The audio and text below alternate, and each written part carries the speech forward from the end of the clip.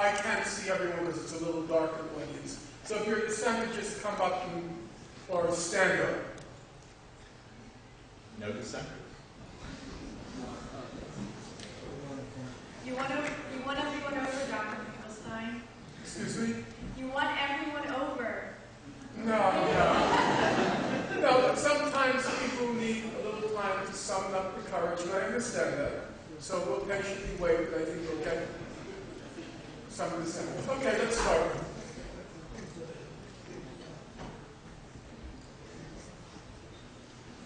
I'm not sure if walking over is the wisest strategy. I think it's easier for them to line up here. I don't know if it's an essential question. I just want to know, don't you think Israel is increasingly coming under international pressure now? I just read in the news a couple of days ago, the hawkish Netanyahu decided not to build in East Jerusalem, and I just wondered what you thought that was all about. And also the fact that every year they have the International Conference on Racism, and whether or not Israel should be criticized or whether or not Zionism is racism always is a question. It causes countries to have to take a stand. The United States has not sent any representatives to this conference on racism for at least 2 years now. And I just wondered if you thought this was because Israel was coming under increasing pressure, or whether countries were increasingly pressured not to criticize Israel. Well, there is no question that Israel's public image has suffered severe setbacks in the last several years.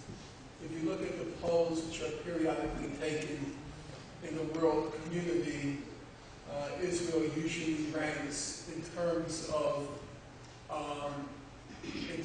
popularity. It usually ranks in the last poll, which was done by BBC a few weeks ago.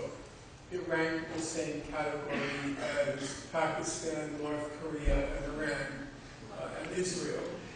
Israel is usually one of the bottom two countries in the world. And then you have to factor in, that's notwithstanding the fact that it has fairly powerful lobbies everywhere, which make sure its image is as positive as possible. Even in the United States, it was quite surprising when you consider the media, that in a BBC poll that was just taken, 40% of Americans had a basically positive picture of Israel, but fully 30% of Americans had a overwhelmingly negative picture of Israel. Now remember, this is the United States where the media is, over the cliff. So there's no question, Israelis are very concerned about that. There have been many reports issued by Israeli think tanks about how to what they call rebrand Israel, to give it a new image. I think that's a little bit, personally, I don't think that's going to be a very successful undertaking. It's hard to put a positive spin on dropping white phosphorus on hospitals. You can't have a very happy face with that policy and conduct. As to your second question, you have to make a decision what you want to accomplish. Do you want to shout slogans which have no meaning for most of humanity? I would say probably 99.9% of Americans haven't a clue what Zionism is and couldn't care less about it. Or whether you're going to try to use a language that people understand. So, in my opinion, we shouldn't be asking, are you or have you ever been a Zionist? The questions you should be asking are, do you support Jews-only settlements? Do you support Jews-only roads? Do you support house demolitions? Do you support torture? And if the answer to all those questions is, I'm against, then I think the question of whether or not you're a Zionist is just totally irrelevant. And when you start making Zionism a litmus test, then you are excluding from our ranks Richard Goldstone because he says I'm a Zionist. You're also excluding from our ranks Noam Chomsky. You ask Professor Chomsky, he'll say I've been a Zionist since I was 5 years old. Well, you know, when I was 5 years old, I was learning how to zipper my pants. Noam Chomsky is made of different stuff. At age 5, he read the whole corpus on Zionism and then decided he's a Zionist and question. But do we really want to exclude those people? I don't think that's very smart. So I think we should stick to a language that people understand. And our litmus test should not be an ideological one, but a human rights one. And that way I think we can reach large numbers of people. All right, we're going to go ahead and take our next question from upstairs, and we're going to rotate back and forth. But seeing how, as our guest did say, it would probably be best if we do have people that want to ask questions on the second floor, or bottom floor in this case, please come down here.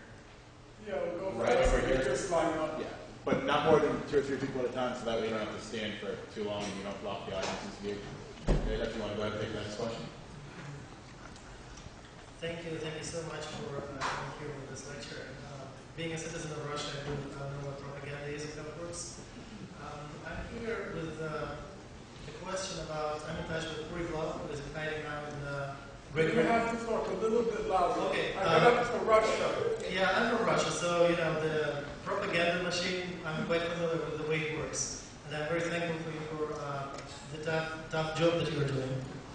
I do have a question. If you are aware of the case of Anat Kamp and Uri Blau that have published some of the military, you want to call them errors or trespassing by the Israel military officials, and I'm personally in touch with Uri, who's hiding in Great Britain now after that happened. And it's pretty much the same case as freedom of speech versus the security of state. If you're aware of it, then what's your position on that? I follow the case. There's some issue about an Israeli officer having passed on documents to an Israeli journalist, which shows that the Israeli government was engaged in activities which, even by its own legal standards, are illegal, and so it's created a certain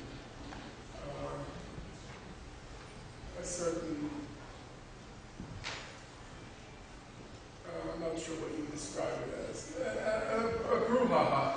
The equivalent of our Pentagon papers with Daniel Ellsberg. That's another generation. Most of you probably have a clue what I'm talking about. What do I think about it? I think the bigger issue is that Israeli society has moved very far to the right. And it's not what they don't know that's the problem. The problem is what they do know and they just don't care about. Or if they don't know it, it's because they've made a conscious decision not to know it. If you look at the case of what happened in Gaza during the Gaza massacre, the support among Israelis was between 90 and 95%, according to the polls. And then after the massacre, 65% of Israelis who were polled said it should have gone on longer until Hamas was deposed. Now, some of you might think, well, the Israelis don't really know what happened in Gaza. That's not really very plausible. Israel has a citizen army. And so its soldiers, they were there, and they came back and they told their families what they saw. So it's not really very plausible to say they didn't know what was happening. So I think the issue is not so much what's good